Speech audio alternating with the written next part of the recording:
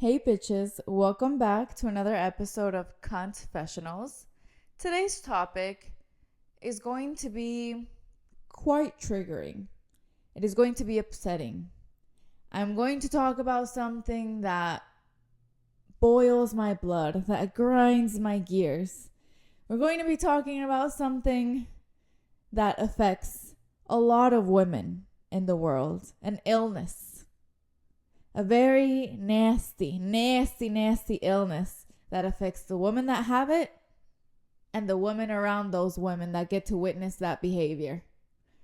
We're going to be talking about what it's like to be a pick-me and the symptoms and the effects of being a pick-me. But most importantly, we're going to be talking about how to destroy your inner pick-me because,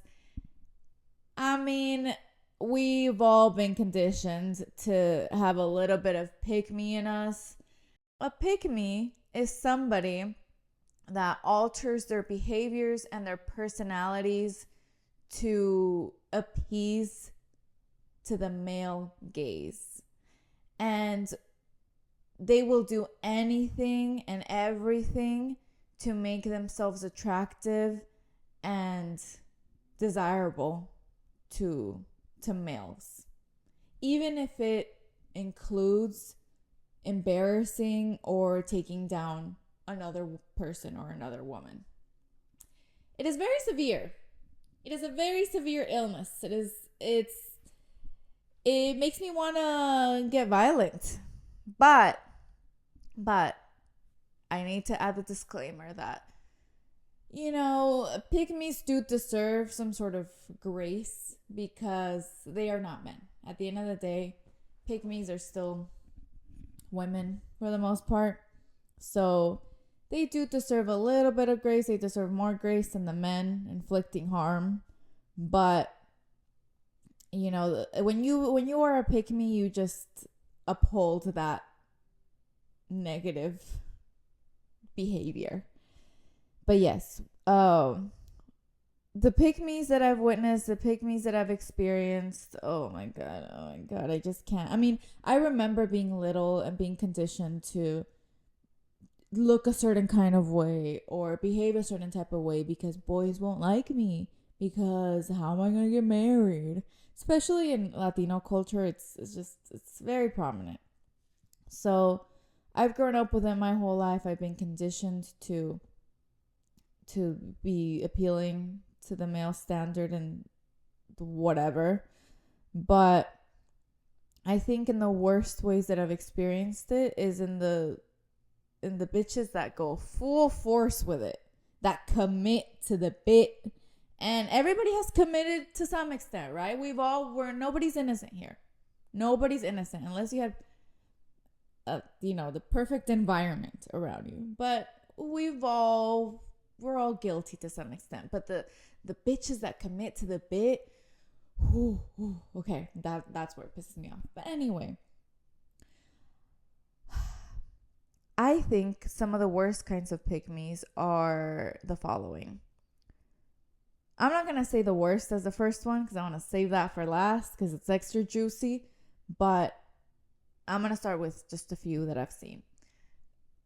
A few that I've seen is the girl this is so typical. I have family members that say this, but that they don't hang out with girls because it's too much drama and they just rather be one of the boys and they get along with men better. As somebody that just coincidentally happens to have more male friends, straight. A lot of my male friends are gay, but still, as a person that has mostly male friends, this is just a huge pile of fucking bullshit. Like, it doesn't make any sense. If you are genuinely and authentically trying to make friends and making friends and they just happen to be male, fine. But when you just go out of your way to only maintain male friendships, you're a fucking pick-me. You are a pick-me and you are... I don't know what else is worse. I don't know. Like, I wanted to say bitch, but that's nothing. That's like low tier in comparison to being called a pick-me. But yeah, those girls, It's just terrible. And then there's the kind where, they hang out with women, but whenever there's boys around, they start acting different. And I had a situation like this in high school with this fucking bitch. Oh my god. I knew I was gonna get heated, but I need to breathe. So there was this girl, right, in my high school, and I met her in ninth grade. Yeah, we were friends all of high school, but she was a big time pick-me-ass bitch. And she would always say passive aggressive comments. I remember, like one time it was just a group of girls, right? And we were at her house, and I had on my Facebook, we had Facebook at the time. There was no Instagram yet. Everybody had their profile picture, right? Like as everybody does with social media. But I used to be obsessed with Aerosmith back in the day, and I had Aerosmith as my profile picture. And we were just like on her computer talking, whatever. And she saw a meme that said that the only people that have profile pictures that are not them are ugly people. And then she looked at me and she was like, that's you. And she would always make comments that I was ugly, that I, just like very passive aggressive comments that I was not cute. And if y'all were to look at this bitch, I mean, there's really no argument there. It never really affected me. Like, it never actually affected my self-esteem. It affected me more that she would say something like that. I'm like, what the fuck, you fucking bitch? And every time there was a guy around, she would act different and she would bring up embarrassing stories. She was just a fucking weirdo. And one time, the thing about pick-mes is that they will always be fucking weird, even when there's no men around. If you are trying to spot a pick-me, the best way to do it is when there's men, right? Because their behavior just changes drastically. It's more intense. But you can always spot them regardless, because they will always be passive aggressive. They will change their behavior. The red flags will always be there, whether there's men or not. So, yeah. A lot of the red flags I saw when we weren't around guys. And one last thing I will say about this bitch, because I gotta air this shit out. One time back in like 2015, this was after high school. I hadn't talked to her in a while, but at that time I was 19. I didn't really have any friends. I was going through it mentally. I should have been put in the loony bin. I was going through it. And I didn't have any friends. And I had submitted myself for a giveaway, a PacSun giveaway to South by Southwest. Like, when you email and you get randomly selected? Well, I won that shit. And I didn't have anybody to go with. I asked one of my friends that she's cool. I would have loved for her to come with me instead of this other fucking bitch. But she couldn't. She had like a wedding. And then I didn't have anybody else. I didn't really have anybody else that I truly wanted to go with. And I hadn't talked to this girl in a while. And we had our fair share of fun. It wasn't all pick-me shit behavior. Like, we had our fun. So I was like, you know what? It's been a while. Let me hit her up. Why not? Like, I wasn't ready to go now I go to festivals by myself fairly often. I would say more than the average person. But back then, I was not able to do that shit. And so I hit her up. She was able to go. We go. And granted, she's, I'm like inviting her to this group, pretty like sick experience, right? Halfway through the trip, she just starts treating me like shit. And like, I'll ask her, and she's like short with me. She's like looking at me up and down. I'll ask her a question and she would just straight up ignore me. She'd look at me. Like, I would ask her something. I'd be like, I'll ask her a question. And then she would just like look at me up and down, and then like roll her eyes and turn back around. Like, she wouldn't even have the decency to answer, or she'd just be on her phone and she'd just look at me, side eye me, and then be on her phone. Fucking bitch. Anyway, those bitches, mean girls, most likely are always pick-mes, guaranteed. And I'll give a few examples how you can spot them while you're out. And this is how I've seen it. I'll give a comparison. So when I first moved to LA, I was trying to make new friends. I was going out with a bunch of random girls that I had met online. And some of them were really cool up until when I went out with them. And the reason was that some of them were big ass coke heads, like big time coke addicts. And I feel for them and, hope they recover if they haven't. But going out with a fiend, it's not a good experience. It's not. Like, they're just constantly craving for it. They're trying to get you to ask people. They're embarrassing you, asking people for it. Bad experience. Pick-Mes behave like this, but replace the coke for men. And it varies, right? Like, it's a wide spectrum, but you will always see a pick-me fiending for male attention in one way or another. They'll be looking around. They'll be like, oh my God, like, they'll just need it. If they don't get hit on, they're gonna feel bad. If they don't feel hot enough, it's gonna ruin the whole night. And I get it. You have more fun when you feel cute and when you feel confident. Like, you always have more fun when you're feeling yourself. But when you are so hyper focused on your looks that you keep yourself from having a fun time, it makes me question why. But when you are so conscious of being perceived, in particular being perceived by men, your appearance, it's a priority and it matters the most when you are out. So when a woman's night gets ruined because she doesn't feel 100% cute, to me, that's a red flag, girl. To me, that's a red flag. And also when they're looking around, if, it's okay to look. It's okay to want to be approached. It's, after all, if you're attracted to men, that's normal. Craving male attention is okay to some extent. But when it dictates your entire night, that's when there's a problem. And I've seen it outside. Like, that's the main reason girls go out. Or if it's a girls' night and there's a cute guy around or that comes along, and that's fine, right? This is one thing I've seen, and this irks me a lot. The girl will offer to buy the guy drinks. I can't. Like, no. Why are you doing this? Why? Like, and you can see it in the conversation. Like, it's from an outside perspective. When you see them having a conversation, and you can see, like, you can always see who's more into who, whether it's a guy or a girl. You can always see it. And I've seen it a few times where the girl, you can tell by the look in their eyes that they're just more into the guy. And, you're already drinking, you're already feeling impulsive, you buy that man a drink. And like, no. You need to love yourself so much that the hottest fucking guy, that Jacob Elordi, will go up to you and you will still fucking be normal. You will still be fucking chill.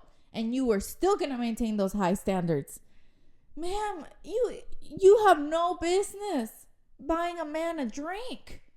What the fuck? Anyway, lastly, the last type of pick-me that I can think of is the worst one. Because this causes the most damage sometimes. It's the ones that steal other bitches' man, and that they're all so proud of, like, getting with other girls' men or whatever. I'm gonna confess that I'm not completely innocent when it comes to this, because one time I really liked a guy and he happened to have a girlfriend and he happened to be related to my ex, and I just happened to want to get revenge. So back then, not my best moment, should have been more considerate of the relationship, but the guy hit me up and I reciprocated. Period. Nothing ended up happening, which I'm indifferent about. But I will say that I never had the intention of, like, doing it because he had a girlfriend. No, I did it because he was my ex's family friend. Let's get that straight. But anyway, the type of woman that will go after a guy just because he has a girlfriend, that destroys families, bitch. That fucking destroys families.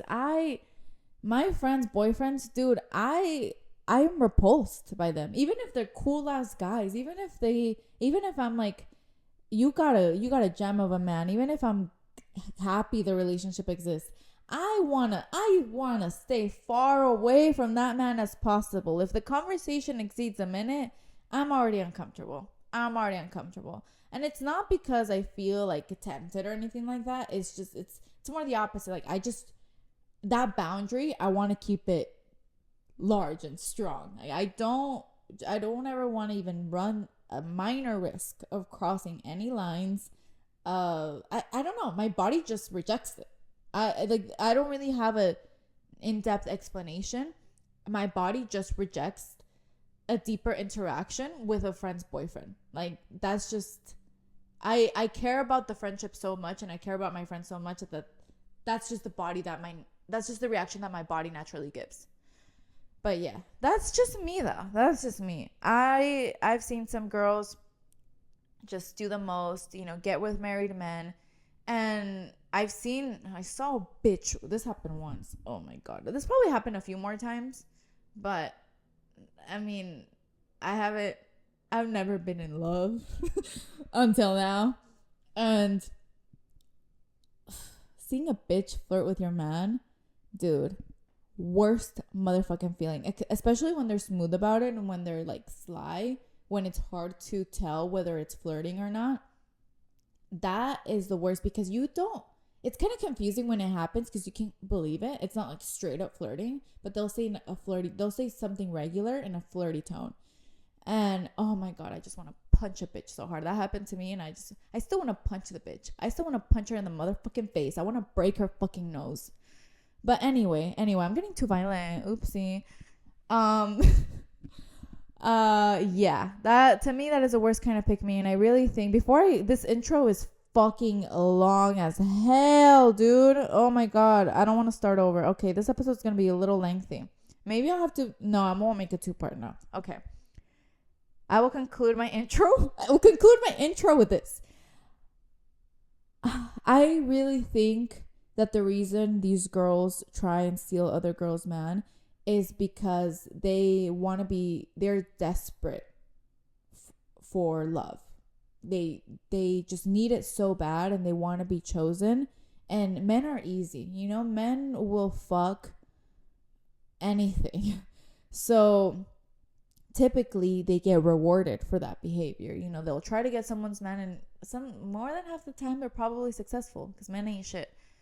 And they get a fix. They get like a drug. They get a quick fix of like, I'm hotter than the girlfriend. I stole this guy. Like, oh my God, he risked so much for me.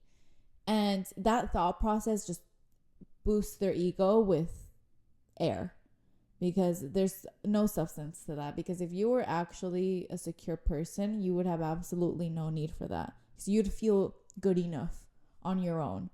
And it's crazy to try and boost your confidence and your ego with something so depraved and pathetic. Like, it's really pathetic that you are boosting your ego with literally the scum of the earth. Like, men that are cheating on their girlfriends, on their wives, that are risking good people, that are risking families.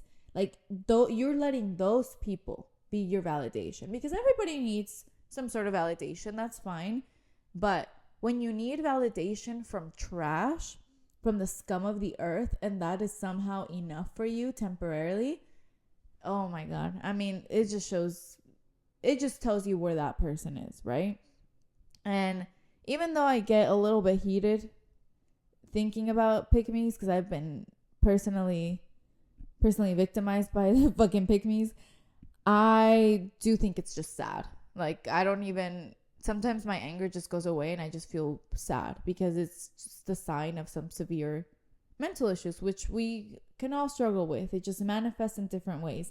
And when it manifests in pick-meism, I mean, it does piss me off. But yes, anyway, today I'm going to try and make this short but we're going to talk about conditioning, how we all have some sort of pick-me-sha in us. We're going to talk about OnlyFans and sex work, how that comes into play with pick-meism. I think this is really important to talk about, because there's so many differentiations. I don't know if I said it. There's so many types of pick-mes, and sex work, or just the topic of sex work, highlights that a lot. So we're gonna talk about that. We're going to talk about self-worth and confidence. We're going to talk about confidence versus insecurities. We're going to talk about what life looks like after accomplishing having a good sense of identity and self-worth. And finally, we're going to talk about healing and mental health. But yes, without further ado, let's get this episode started. Right, so we're all conditioned, whether we like it or not. Men, women, people of all genders, of all sexual orientations, we have all been conditioned to live a certain type of life, to be a certain kind of person, whether it's by our environment, our culture, our families, whatever. We've all been conditioned. And women typically are conditioned to cater to men and to be a certain type of way. And I'm going to just give a brief outline of how I was conditioned, because I think it does relate to most people, at least most people like my age, in their 20s and 30s. And things have changed a lot, thank God, but I think we're still conditioned to just cater to the male view. I was conditioned from a very, very early age. I wanted boy toys since I was tiny, like 3 years old. Never got them. I mean, I got them when my brother was born because they were his, but my family refused to buy them for me because that's for boys. So that was already the beginning form of conditioning of, you need to be feminine. You cannot like boy stuff. This is only for you. So I could only have girl toys. And the most they let me have eventually was like the fake insects, because I would use those to scare people, but they look so real. Oh my God, I miss those. But and then dinosaurs. I think those were pretty like non-gendered, but I couldn't have Hot Wheels and I couldn't have any of that fun stuff. So I couldn't have that. I couldn't have a Batman birthday party. And I was just conditioned to like all the girl stuff. And when I was in about first grade, second grade, I wanted to dress goth. Like I wanted to experiment with that. I was not able to. I was forced to wear dresses. I was forced to wear flowers, which I ended up liking eventually, but just self-expression is not really an option when you're conditioned a certain way by your culture or your family. And yeah, I was conditioned to just always be attractive, to be feminine, to be polite, to be classy, blah, blah, blah, blah, blah. There's this thing that exists worldwide, which is a Madonna whore complex. And this is basically how men see women. And they either see you as Madonna, as a saint, as a Virgin Mary, worthy of marriage and kids and family and respect. And then there's the whore, right? And you know, it varies in intensities. I think in some cultures it's a little bit more severe. And there are some cultures that are extremely traditional and they cater to men in different ways. Like, you know, maybe Christian or Catholic culture, you know, you're supposed to be more of the Madonna figure, and you're supposed to abstain and be classy. So a man, you know, and a man is still supposed to pay for everything and take care of you, but then you have no autonomy or freedom over your body. So the give and takes is just not worth it, right? And then pick-meism differs, like in cultures like in the US or other first world countries that are non-religious, where it's pretty even and there's equality, but women are still sought after as like maternal figures, and you have to take care of a man and you pay for things, and you know, you make things even, you take care of a man and you hold him up until he's successful. that culture to me, I think is, I don't know which one is worse, because for both of them, you're still giving up yourself and who you are to sustain a man. And if you choose to be in partnership with a man, it's supposed to be a partnership, not something, it's supposed to be even, at least emotionally. And this is just, yeah, no. The scales are non-existent at this point. So yeah, we've all been conditioned to some extent. When I was in middle school, I wanted to look cute for guys, and I was boy crazy, and to some extent that's okay. But I think when you raise girls to kind of like go be on their own, or when you condition them in such a rigid way, then nobody else is going to teach them but the world and what's around them. Like, they're going to be clueless as to what to do. And the easiest access to affection for women that don't grow up with affection is men. And that is dangerous affection. So this is where I think we can cut women some grace, but at the same time, we can extend grace to everyone, because at the core of most harmful behavior is a wound. And you always feel for somebody that has a wound, but it's not everybody's job to treat it. At the end of the day, you are responsible for your own life, especially as an adult. And it is our responsibility to unlearn all of the harmful conditioning that we've been taught. And with that, I want to go into sex work, because I'm just going to jump right into it. It's, in my opinion, sex work, just the demand for sex is dangerous, because the market is dictated by men. And they're the ones that pay, right, to get that. And I can never judge anybody that goes into sex work or that does sex work, because it's money. It's a way to make a living. It's one of the few options that people have. Like back in the 80s, and I mean, it's the oldest profession for a reason, right? Especially for people that don't have as many opportunities, like women or gay people. And, for like an example, in the 80s, when, with the meatpacking district and with prostitution for trans women, and particularly Black trans women, these women couldn't get a job anywhere else. Like, nobody would hire them for anything because they were trans and Black. So what else did they have left to do is do sex work. And that's how they put food on the table. That's how they took care of themselves.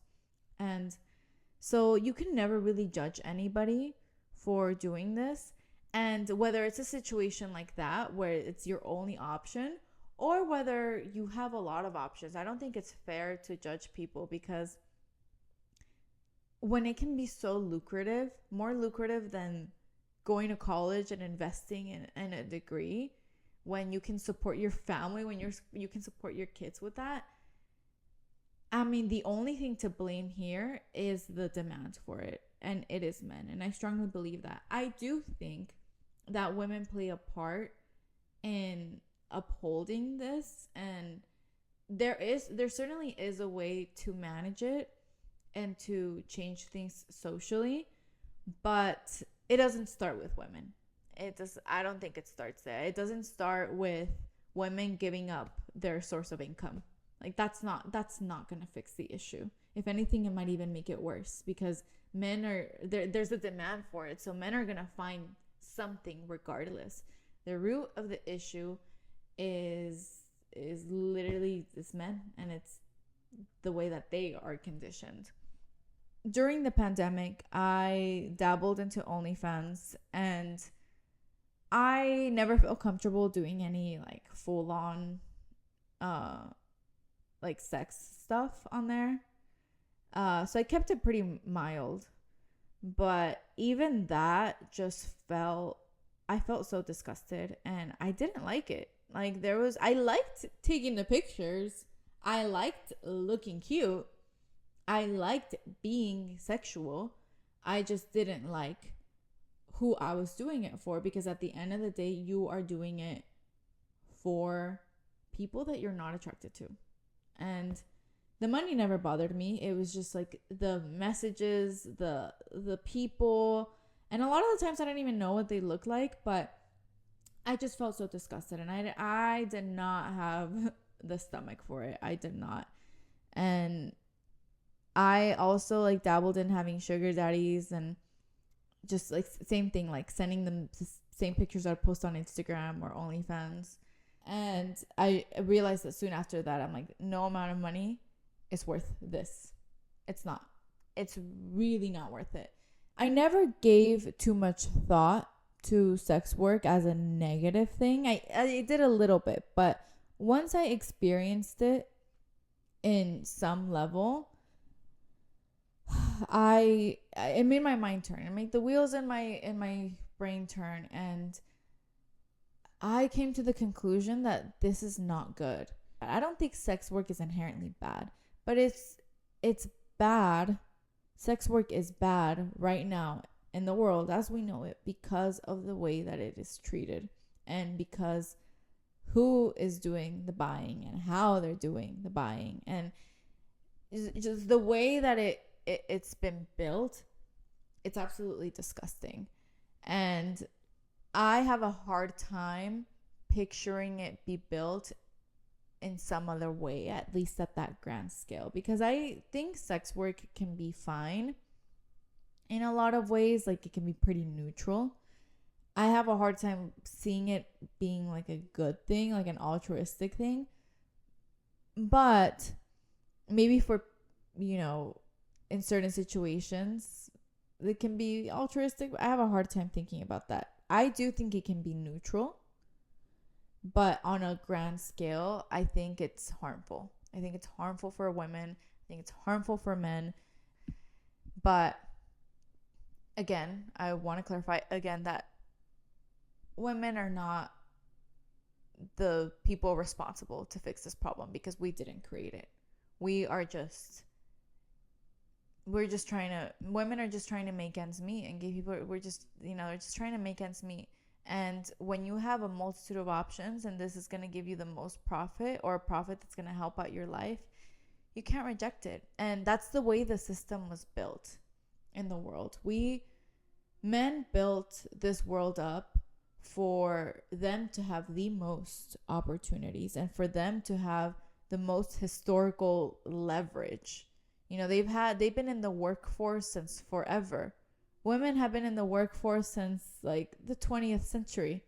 So they have all the advantages in the world. And then we are here, right? And we are here playing catch up in an exceptional way, by the way. We are surpassing men in so many fields, but we are still having to catch up because we were set behind. And this is a class thing, and a race thing, and a gender thing. There are groups of people that were set behind, and we still don't have as many options. And this is what we have to resort to, because the demand is there. The demand is there. I can say arguably by the people that set the whole system up. So they set the system up for that demand to exist. And I don't want to say we're trapped, but it takes a lot of work to get out of it. I feel for people that feel like they have to do sex work. And even when somebody says they're freely choosing to do it and it's the best thing they ever did, I can't help but question. Just because of the way that everything is set up, I can't help but question. And I don't think they'd be doing something else if there was something that would give them the same reward, right? And, the same amount of work and the same reward, I don't think anybody would choose porn first. I think it's hard. I think it'd be very few people. Or just sex work. It can be very draining, and for women and feminine presenting people, it can be extremely, extremely dangerous.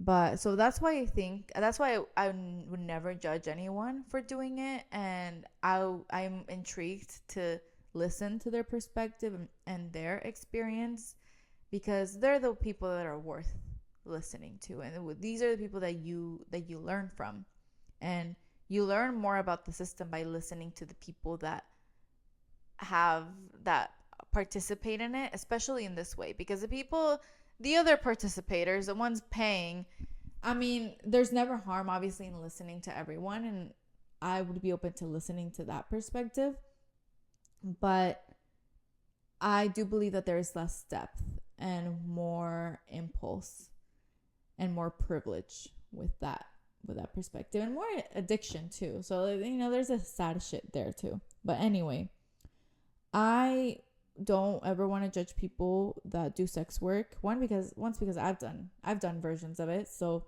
like I'm nobody to judge.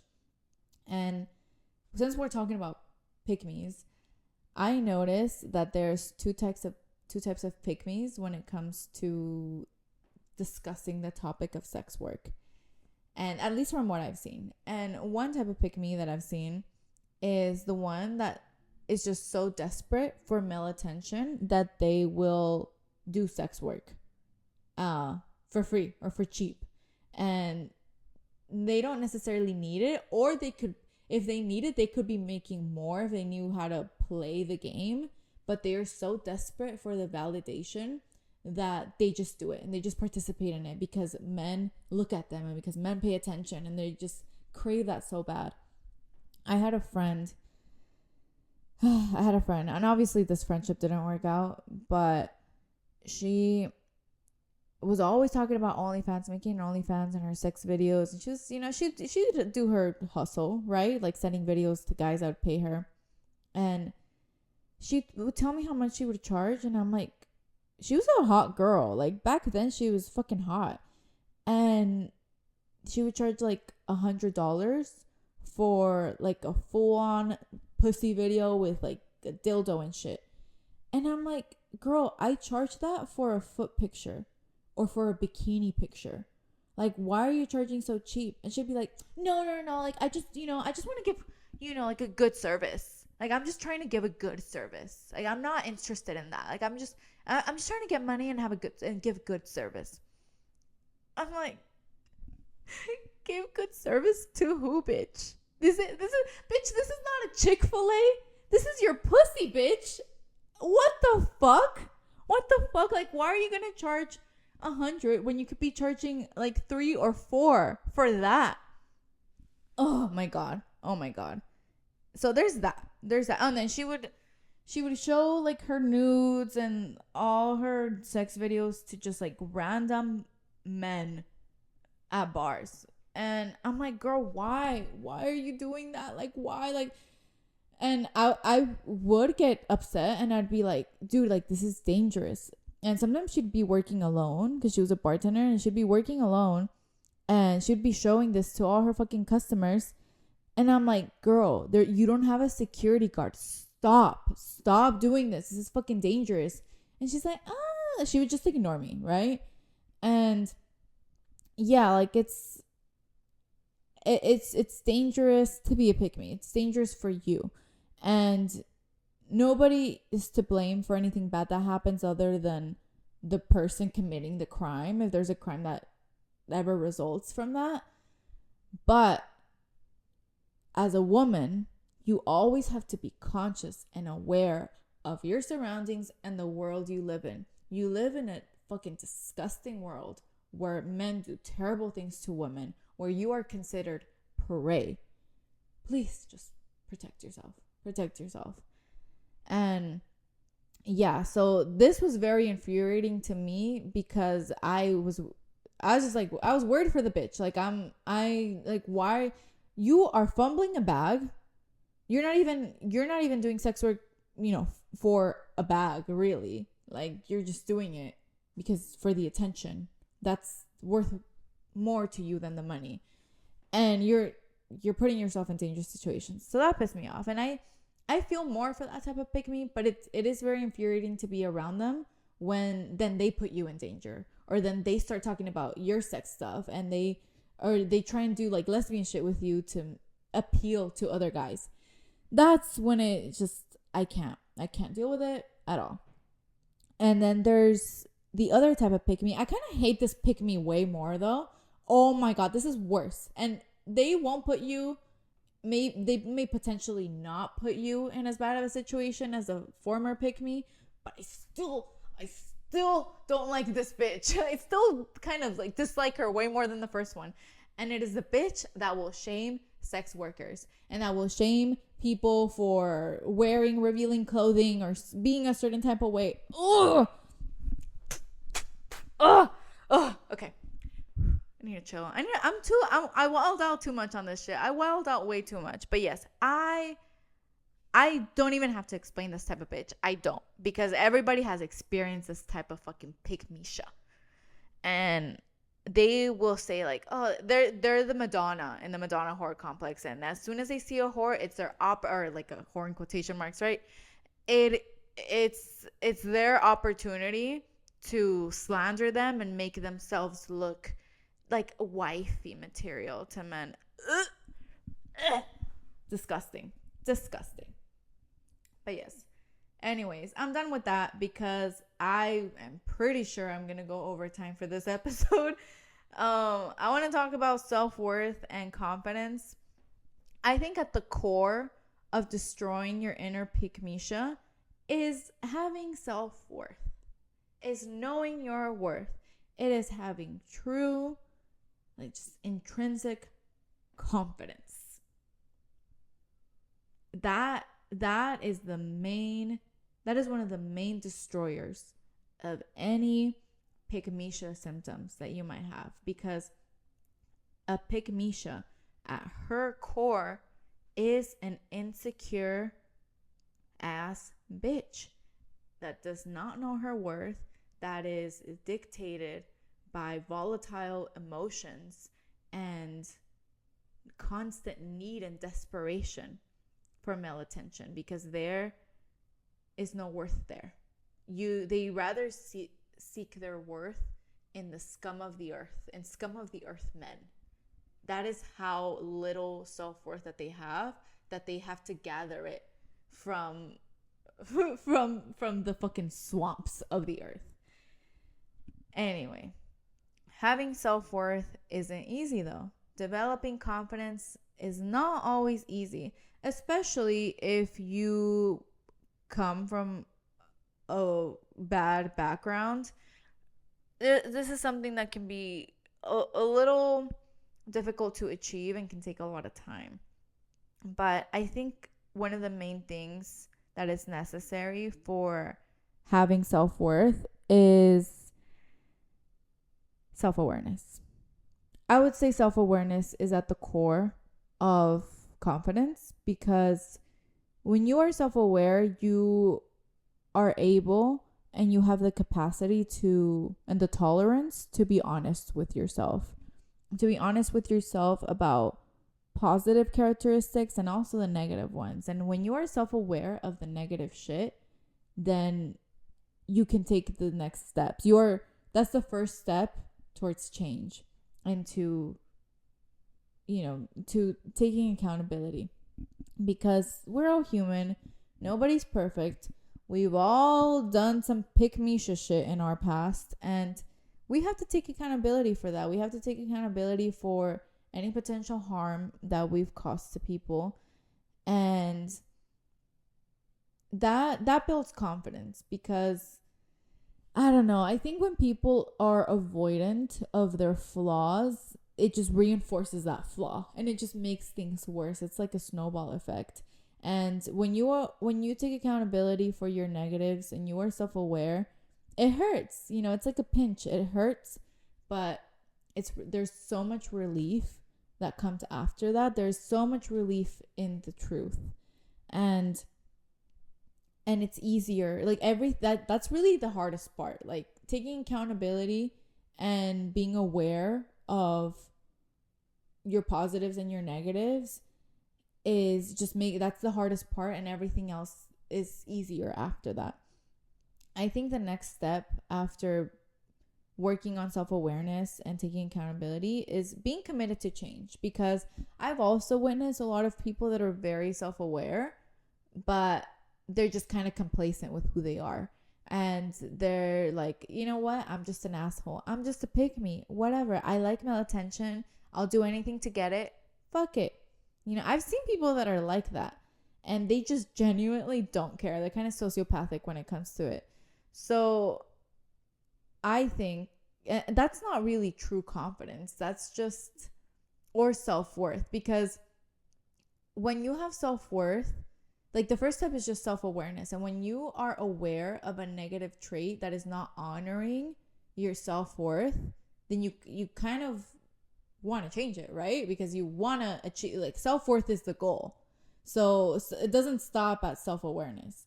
And in order to get closer to that goal, you need to be committed to change. You need to be committed to positive change. And yeah, that takes work. That takes a lot of inner workings, and it can be quite stressful. Like in my process, I've realized that it just takes a lot of time. Like I've had to be patient with the process because my self-esteem, like historically from my childhood, my teens and my early 20s, was just low. And it got higher a little bit, like little by little, but it didn't get fully high until I committed to bettering myself in all aspects. And I tried to, like, when it came to looks, I've always valued that. And that's always been hyper present in my mind because that's what I've been fed.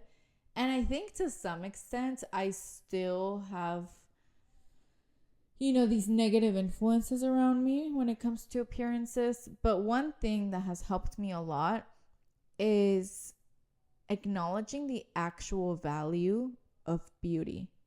One helpful thing is knowing the difference between the value we place on beauty versus the actual value that it has. And beauty does have value. It is currency. And it's something that biologically people like to see. People like to see beautiful things. It's very intrinsic to our nature.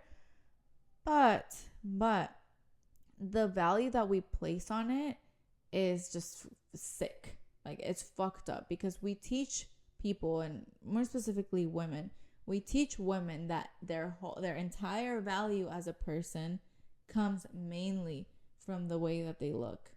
And this is one of the things that breeds the most pick-me-shus.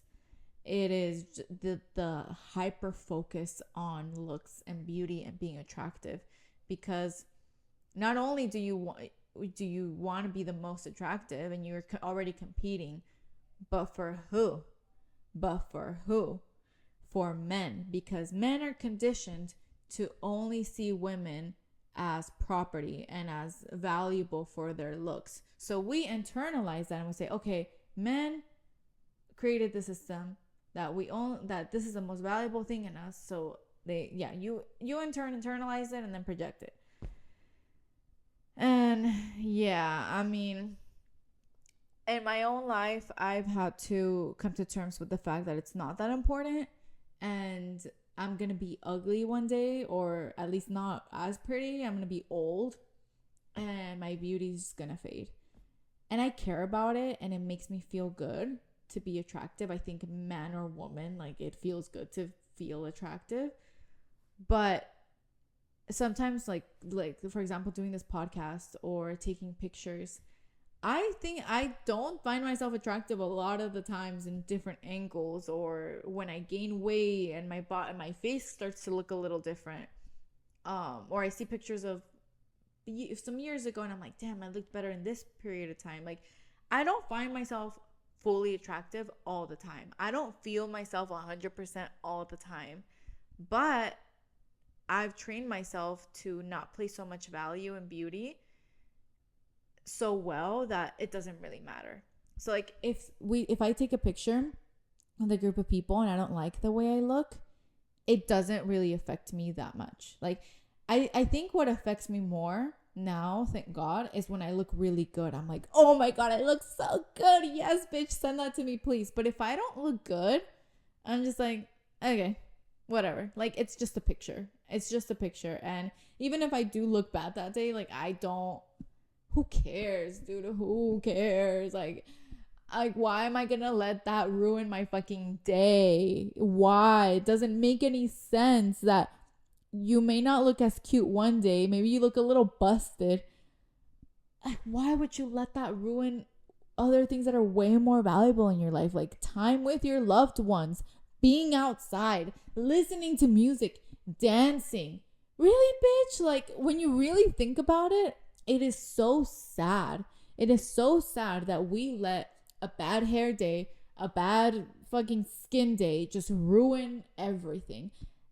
It's okay. It can affect us sometimes. And I think that's perfectly reasonable. But when it ruins more than it has to, it's just, you just do a disservice to yourself. You really, really do.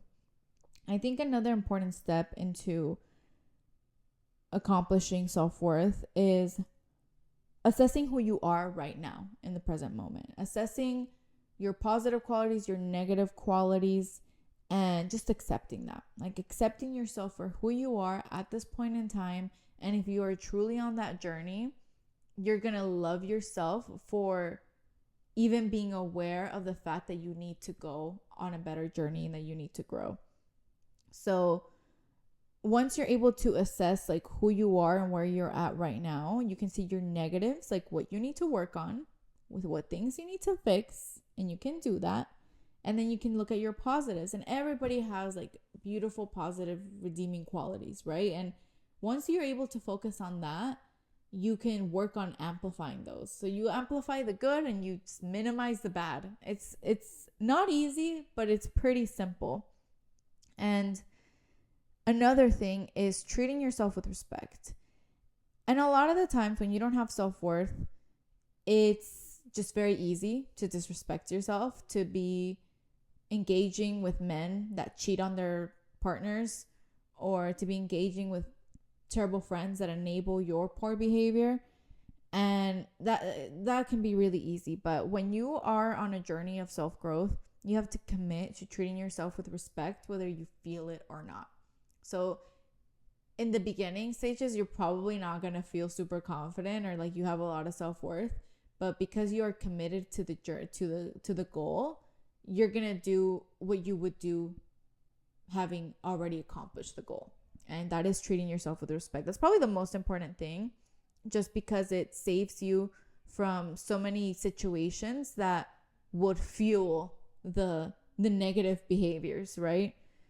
And then also giving yourself grace is important, because it's never going to be perfect. It is when you commit yourself to growing as a person and to being better, it's never going to be perfect. There's always going to be mistakes. Even when it's something as simple as respecting yourself, there will most likely be moments where you are in a situation with a friend or with a romantic interest and they do something disrespectful to you, and you might not know how to react in that moment. And then you catch it on later and you're like, fuck, I should have done that. I've had my fair share of those. But once you think about it, if you're able to cut yourself grace, you're like, okay, I am aware of these things happening right now, or that this could happen. Next time, I'm going to be quicker and I'm going to apply it. So it just gets better with time. It's practice.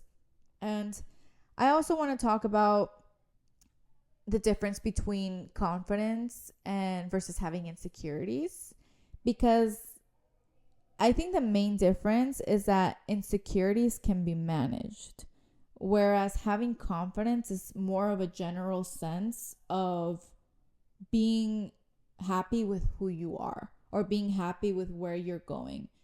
So everybody has insecurities. The most beautiful people in the world have insecurities. And when you let your insecurities consume you, that's when you lack confidence. But every person, even the most confident, like, they're going to have insecurities.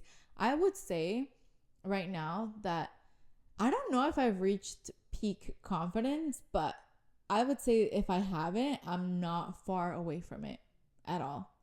Because I don't even think about being confident. Like, I don't even think about, oh, wow, I'm so cool because I'm so confident. Like, confidence is just something that is pretty natural, that becomes natural and becomes a part of who you are. But I do have a lot of not a lot of insecurities, but I have a decent amount of them. So one of them being the point that I'm at in my career. I mean, I haven't had the best guidance, and I can make all these excuses, right? Which are valid, but I don't feel confident. I feel insecure when it comes to that. But because that's probably my biggest insecurity, but I'm not going to let that insecurity fuck up all the other work that I've done on myself and fuck up my confidence, because my confidence is what's going to help me fix that insecurity. My confidence is what's going to help me advance in my career. So I am not going to let that big ass insecurity fuck up all the work that I've done. I'm just not. Another insecurity that I've had was a past insecurity, but it's my nose.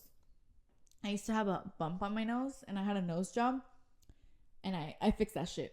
Girl, I got a nose job. Best thing I ever did. I'm not against plastic surgery, but was that a result of my conditioning? Did I feel the need to have plastic surgery because I wanted to, fit in a certain type of beauty standard? Maybe, probably. But I would say that was a big insecurity. I got the nose job, and I realized that even though I felt better, I did not feel confidence still. Like, I felt cuter. That insecurity was gone, but generally that did not produce confidence, because confidence is about internal work. It's about it comes from your character. It comes from things that are not fleeting. It comes from things that won't die, right? It comes from your values. Your confidence and your self-worth has to be so strong that your insecurities are easy to manage. So after I did all my internal work, and I attained self-worth, I had a few realizations. One is that male attention is cheap.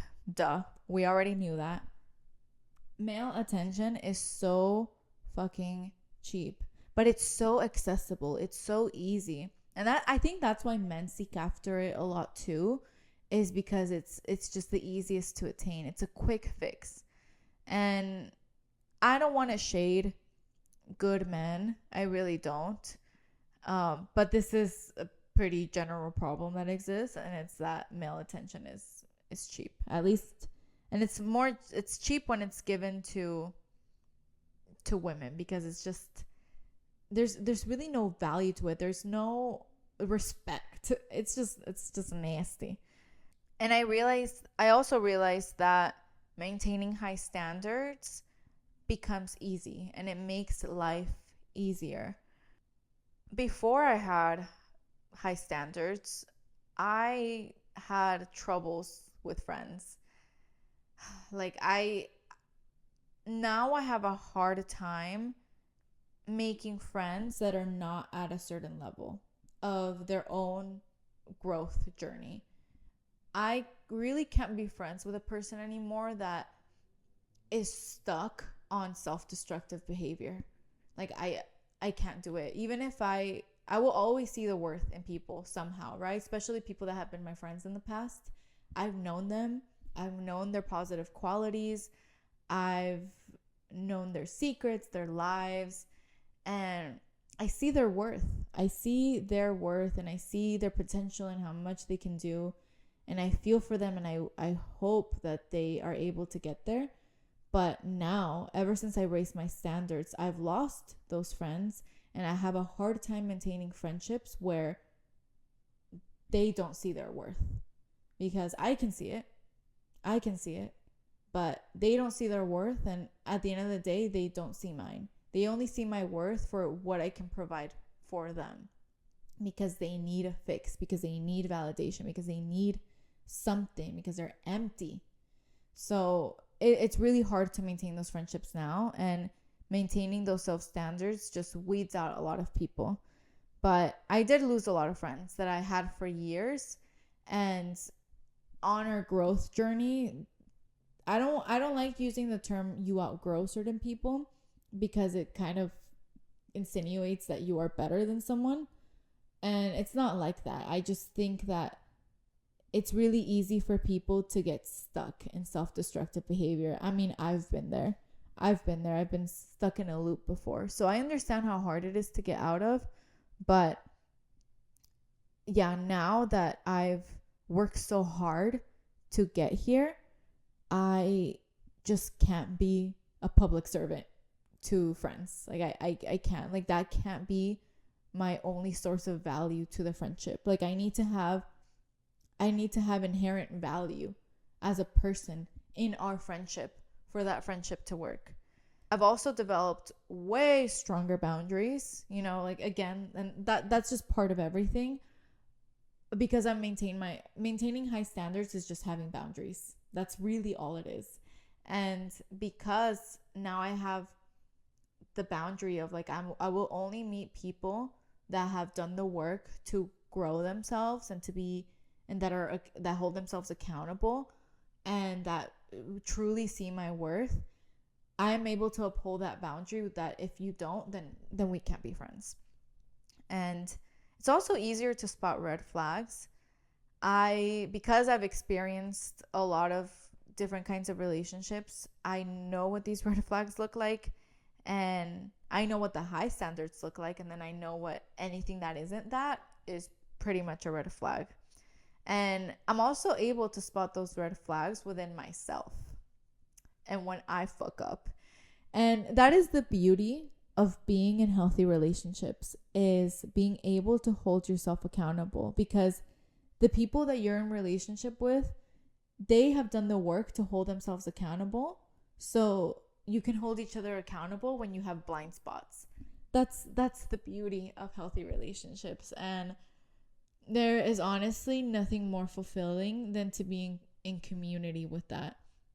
With my boyfriend, I like to joke around and say that, I mean, with my friends, I like to joke around and say that I'm the problem, because I've never been the problem in my past, right? And that was the problem. That was me being the problem, because I was attracting people that hadn't done the work or that were toxic in some way. But after doing the work and committing to only being in relationship with people that are healthy and that are secure, I am able, the shadow parts of myself, the ugly sides come out, and they're more vivid and they are more obvious, because they're in contrast with this beautiful person that is taking care of me and that is being good to me.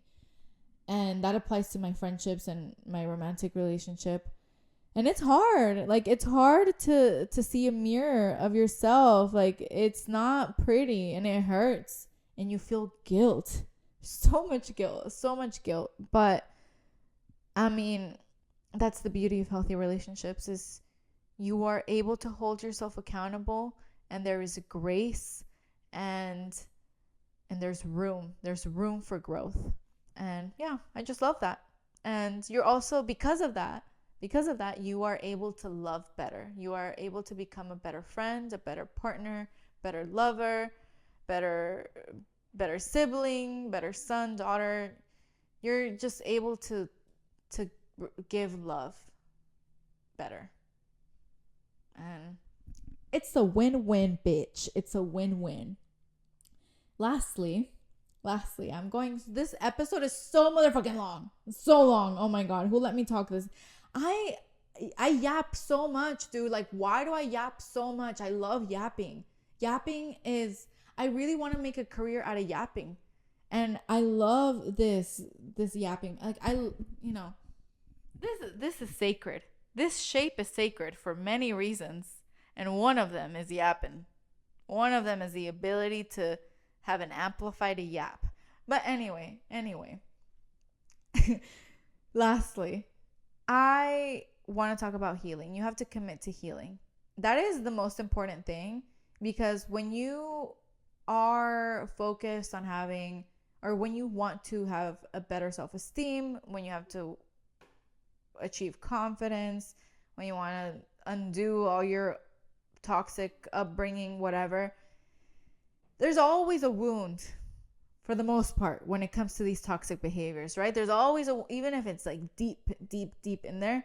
So you got to heal it and you got to treat it. And I know I talked about confidence a lot, but confidence is only a side effect of healing. That's all it is. That's all it is. It contributes to your healing. You can work on them separately, but when you truly heal, when you are truly committed to your healing journey, confidence is just a side effect. It comes easier. And because with healing, you just work on those wounds that provoked and that created that lack of confidence in the first place. So when you work on that, I mean, it's just a given that usually gets fixed. And being a pick-me comes from something deeper than just conditioning a lot of the times. I think it comes from a need for love and connection, and men fill that void because they themselves need connection so bad that they just give, and they consume porn because they need intimacy. So it's a cycle. It really is like a toxic worldwide family dynamic of feeding each other's behaviors. The men's lack of love and intimacy because they were conditioned to be hyper masculine and to not express their emotions, and then that in turn turns into like porn addictions and the high demand for sex work. And then women, because of the system, have no opportunities, and we were conditioned to cater to men. Then and with little to no options available, you participate in this line of work, and then you feed into that, and it's a big ass mess. It's a big ass worldwide mess that needs to be fixed. And the conditioning just reinforces that existing wound. So therapy is important. Therapy is probably the best thing I've done for myself. And finding a therapist isn't easy. My first therapist ever she was just more of like a talk therapist, and it was fine. I think I needed someone to vent to, but it didn't really help much. What really helped was somatic therapy. I am doing EMDR reprocessing. It's EMDR. And you just basically either look at a ball on a screen, like in the cartoons, and you process your most traumatic events. And the whole point is for you to like really feel those emotions and access that part, those like deep wounds that are tucked away in your psyche. And a therapist has to be certified in this to do this. You can either look at a ball, or you can do tapping, you can do touching. I think there's like a hearing one too. But yeah, it taps into your physical senses, and it's this whole thing. Look it up. It's great. It's worked wonders for me. And it's crazy because I don't really cry often in these sessions, but I feel like it's done a lot of, like, it's helped me with it's been good. Like, it's been great progress. So yeah, not complaining at all. So in conclusion, because I have yapped for way too long, being a pick-me is definitely deeper than most people think. It's a sign of a deeper wound. It is a toxic cycle. It is a result of conditioning, family trauma, etc. But at the end of the day, we are all responsible for our own lives, and we are responsible for our growth, for our healing, and for our progress. And like I've said many times before in conversation, and probably in this podcast too, is that it's going to be hard regardless. Facing the consequences of being a pick-me and choosing to grow out of that, and choosing the growing pains of healing. Like, think about it. Growing pains of healing, consequences of being a pick-me, which is dangerous situations, never being fulfilled, never finding true love, hurting others, versus working hard and undoing all those things. Pick your struggle. Pick your struggle. It's going to be hard regardless. Might as well pick the shit that's going to bring you happiness in the long run. Like, it's really an easy choice. It's really an easy choice. And yeah, I mean, I don't know why people choose to struggle in the negative way, in the harmful way. I think it's just comfortable to continue and to not change, to continue in the cycle. But there's so much relief that comes with picking the alternative path. So much relief. And it's honestly easier. Like, they're both a struggle, but after you get through that first hurdle, it is so much easier dealing with the growing pains of healing than dealing with the consequences of harming yourself, really, and harming others. So, yeah, just be better, bitch. Just be better. And that concludes today's episode, a long-ass episode of Confessionals Podcast. Follow me on social media at Amy Savalsa on Instagram, at Salsa666 on TikTok with 2 Z's. But yeah, thank you guys so much for listening, and I'll see you on the next one. Bye.